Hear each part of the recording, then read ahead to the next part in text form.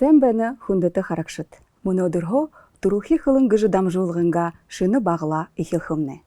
Добрый день, дорогие друзья! Сегодня мы начинаем 4-й сезон передачи «Турухи хылын». У нас в гостях известные деятели культуры и искусства.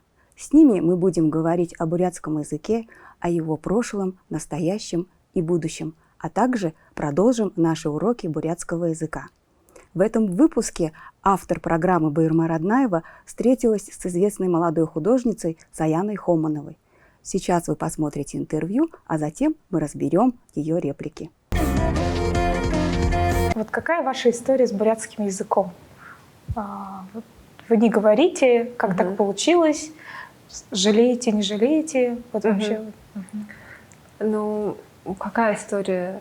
Вообще, я жила с бабушкой, да, и она говорила на бурятском языке, но как-то, видимо, она предполагала, что как-то, ну, как бы специально не надо учить, что просто вот как-то я так схвачу. Но она также была преподавателем русского и литературы языка, и она делала много упора, вот, ну, как бы, чтобы по-русски, там, чтобы мы там стихи знали, все такое. Может, она просто даже не знала методику изучения. Вот. Потом как-то, видимо, все понадеялись на школу, что в школе меня научат. Я тоже сама была такая, как сказать, воодушевленная, когда у нас начался бурятский во 2 классе. Я думала, что сейчас как выучу его, потому что, в принципе, с английским у меня как-то легко сразу пошло.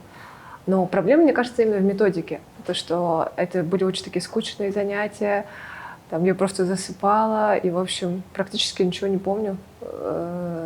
Там даже не учитель виноват, мне кажется, просто не хватает, ну, какой-то нормальной методики. И как-то, и мне кажется, все равно, допустим, мои родители, они были комсомольцами, там, и они такие, как хотели быть, видимо, более современными, они с нами говорили на русском. И у нас как-то так было, что вот, ну, как-то бурятский, он как бы, ну вот вроде как нужен, но вроде как на нем говорят деревенские, в деревне, и вроде как в городе он не особо нужен. Ну, то есть это, мне кажется, влияние как бы того времени. Бабушка говорит и говорит, как бы. Да, бабушка говорит и говорит, но было очень смешно, что когда там к бабушке приходят другие бабушки, приходили, и они все говорили на бурятском, и бабушка, видимо, ну, ей было неудобно, что мы не говорим, она что-то нам говорила, и мы такие, ну, с сестрой стояли, типа...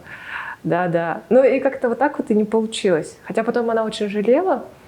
И, в общем, вот. Потом уже как-то школа, то есть ты просто учишься, тебе нужно сдавать всякие ЕГЭ, там ты делаешь акцент на математику, потом уже институт, ты уезжаешь в другой город. Там вроде бы как... И там я начала задумываться, почему я не знаю язык, то есть как бы...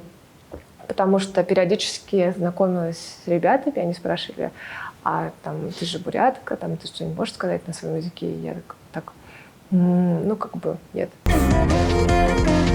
Когда я уже стала рисовать больше, и я стала именно обращать внимание на бурятский орнамент, на бурят-зурак, то есть смотреть. И я поняла, что мне очень интересен вот именно бурятский визуальный язык. Вот. И мне кажется, что я не умею говорить на бурятском словами, но мне кажется, что, наверное, я учусь сейчас говорить на бурятском визуальном. То есть я рисую, я изучаю каких-то художников, смотрю узоры, орнамент, стилистику. И как бы, мне кажется, вот такая у нас какая-то история.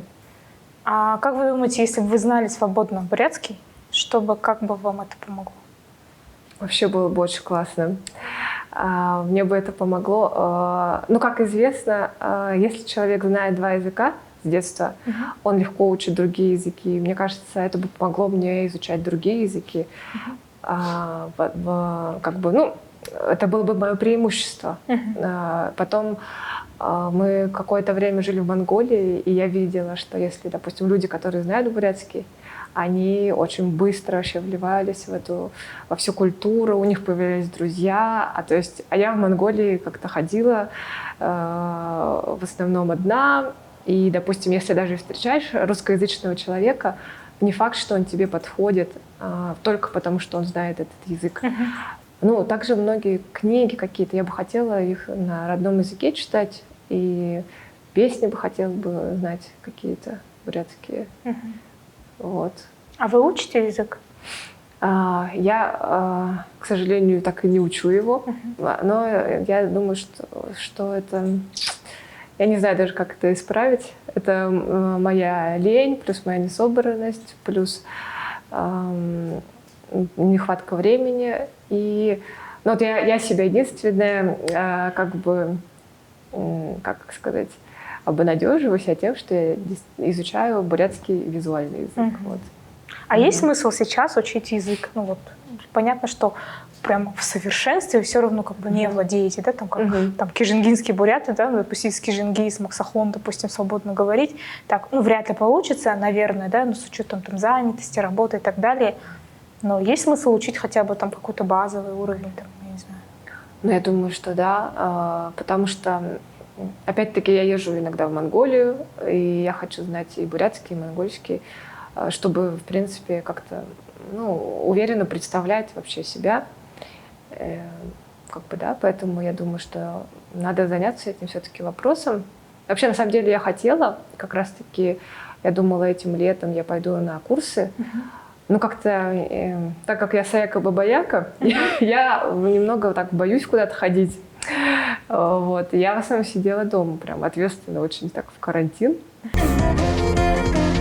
И еще, когда я вообще начинала заниматься, я сначала занималась дизайном, и ко мне поступали какие-то заказы, как раз вот это вот у нас начала подниматься тема, когда хотели использовать везде вот нашу, как сказать, бурятскую культуру, и пошли какие-то заказы, сделать паттерн, сделать что-то такое с бурятскими орнаментами. Я начала смотреть в интернете, и они там такие довольно-таки страшненькие какие-то картинки вырезали. И я такая думаю, неужели вот это, ну, как бы, это и есть наша культура. То есть, ну, как-то так... Я, конечно, сразу так не подумала, я подумала, боже мой, что это вообще такое? То есть там такие какие-то супер яркие цвета, в основном компьютерная графика, которая совсем компьютерная, такая векторная, и композиции странные. И я, в общем, начала смотреть и думать, ну, как бы, я вот так не хочу, ну, делать. И, как бы, допустим, ко мне пришел какой-то клиент, и я чувствую, что у него хороший вкус. И я чувствую, что если я ему это покажу, ну, что сделаю что-то подобное, мы как бы ну, не сойдемся, а хочется сделать работу, чтобы всем понравилось, и хочется, чтобы мне самой тоже понравилось. Вот, я начала смотреть тогда много работ старых мастеров, и как раз, ну, просто вообще случайно, на самом деле, книгу нашла Лусана Доржиева, и, в общем, я посмотрела, и там очень хорошо проработанные орнаменты, и они именно стилизованные, то есть они сделаны живыми материалами, то есть какие-то там акварель, какие-то такая вот эта вот ручная печать, и это очень-очень стильно смотрится. Вы чувствуете, вот, что как меняется, я не знаю, ситуация, как вокруг вас, может быть, там, я не знаю, именно вот, как вы, ну, это тоже ваш вклад в развитие языка, культуры. Вы чувствуете, как меняется ситуация? Я чувствую, что появилось больше, более таких качественных продуктов. Но я не думаю, что это прям там из-за меня. У нас как бы вообще очень... Мне кажется, когда в мире там появился Дашин Мдаков, и все о нем заговорили, то у наших ребят, у многих появилась такая какая-то надежда, что можно тоже что-то сделать такое крутое. Ну, именно в плане, допустим, как живописи, картин, и уже как бы там, ну, иллюстрации, книг.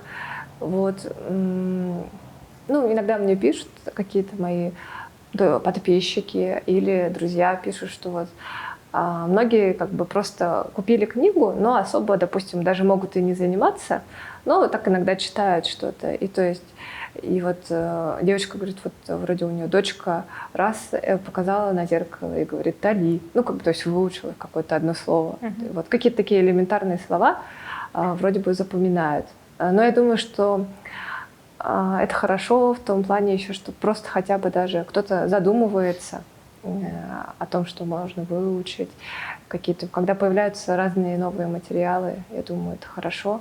В чем видите решение проблемы языка будущее языка? Вот как вам видится? Откровенно. Я, честно говоря, наверное, так далеко не копала, ну, не задумывалась. Я думаю, что то, что сейчас делается маленькими шажками, оно приводит к тому, что вот появляется как раз-таки должна появиться какая-то хорошая методика, я думаю. Точнее, уже даже вот то, что какие-то ролики интересные появляются, потом молодые девушки многие, я вижу, что говорят на бурятском, ведут какие-то там в Инстаграме, какие-то там посты, сторис делают.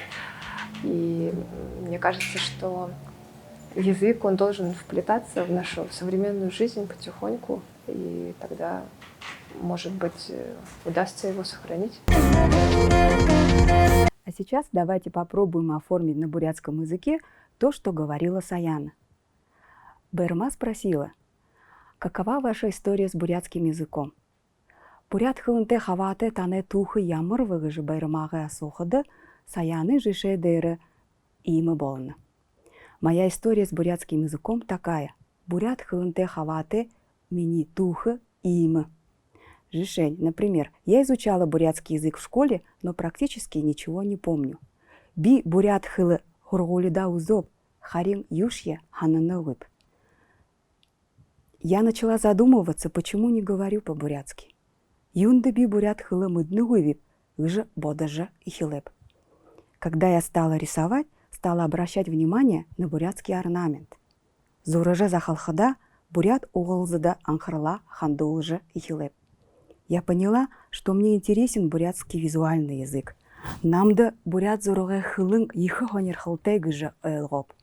Это хорошо, что кто-то задумывается о том, что нужно учить язык. Хунут бурят хылые узыхы хырыкты гыжа бододык боло. Энын ихы хэн. В чем вы видите решение проблемы сохранения языка? Бурят хылыне хугжихын туло юхы хырыктеп. Должна появиться хорошая методика. Хэн хылы заха онол арга би болыхы йоты. Язык должен вплетаться в нашу повседневную жизнь. Хылын бағы-бағар мане ажы бәдылды, орыхы йоты Саяна Харюса. На примере реплик Саяны мы с вами научимся говорить о том, что произошло в прошлом. Глагол в форме прошедшего времени в бурятском языке образуется при помощи окончаний а, о, я, ё, е, га, го, гэ. Выбор этих окончаний зависит от окончания основы. Если основа заканчивается на краткую гласную а, о, на краткую гласную и я, и на долгую гласную и дифтонг. Жишень, например, хыле, хылы, хыле, хана, хана, ошо, ошо, узы, узо, барри, баря, хае, хая, эре, эре, орхе, орхё. Дифтонг или долгая гласная ху, хуга, б, бэга, не, неге, тонге, тонгего, гуи, гуиго. А теперь давайте посмотрим это на репликах Саяны. Би хукшин и житые бэдык бэйгап. Тыры бурядара хылыдык бэйга. Тыры орыт хылыне ба орын захёлы бакшы бэйга. Би шулык мыдыдык бэйгапти. Как вы здесь видите, использован вспомогательный глагол «б» в форме прошедшего времени – «бэйга». И последний момент. Глагол «б» в форме прошедшего времени также употребляется для выражения желаемого, которое еще не осуществилось. Это конструкция «было бы». Посмотрим на примере Саяны. Было бы очень классно. Это помогло бы мне изучать другие языки. Это было бы мое преимущество.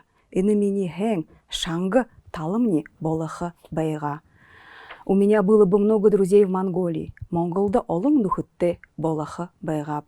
Читала бы книги на бурятском языке. Бурят хылындыры ном уншаха байгап.